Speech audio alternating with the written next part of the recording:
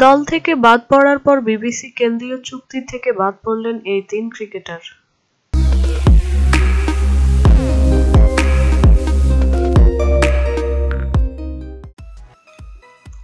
সাধারণত ১ বছর পর পর ক্রিকেটারদের সাথে কেন্দ্রীয় চুক্তি করে থাকে বাংলাদেশ ক্রিকেট বোর্ড বিসিবি। সেই ধারাবাহিকতায় এবছরেও ১৫ জন ক্রিকেটারের সাথে চুক্তি করতে যাচ্ছে বিসিবি। কিন্তু এবারের চুক্তি নিয়ে একটু বিপাকে পড়েছে বিসিবি। তবে শীঘ্রই নাম প্রকাশ করা হবে বলে জানিয়েছেন বিসিবির cricket operations chairman Akram Khan. এই প্রসঙ্গে তিনি বলেন, একটা তালিকা দিয়েছে, সাধারণত সেটি বোর্ড সভায় পাস হয়, তাই আমরা বোর্ড সভার জন্য অপেক্ষা করছি। বোর্ড সভা হলেই চুক্তিবদ্ধ ক্রিকেটারদের নাম প্রকাশ করা হবে।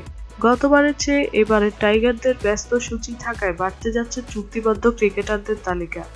তবে সেই তালিকায় বাদ পড়তে পারেন অভিজ্ঞ অলরাউন্ডার নাসির হোসেন, স্পিনার আরাফাত সানি এবং পেসার আলামিন হোসেন। তালিকায় নতুন করে সংযুক্ত হচ্ছে পেসার তাসকিন, অলরাউন্ডার মেহেদী হাসান মিরাজ এবং মোসাদ্দেক হোসেন।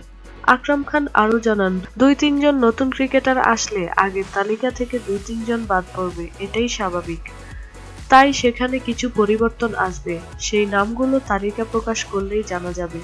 তবে গোপন সূত্রে জানা গেছে নাসির, আলামিন এবং আরাফাত সানির বাদ পড়ার বিষয়টি।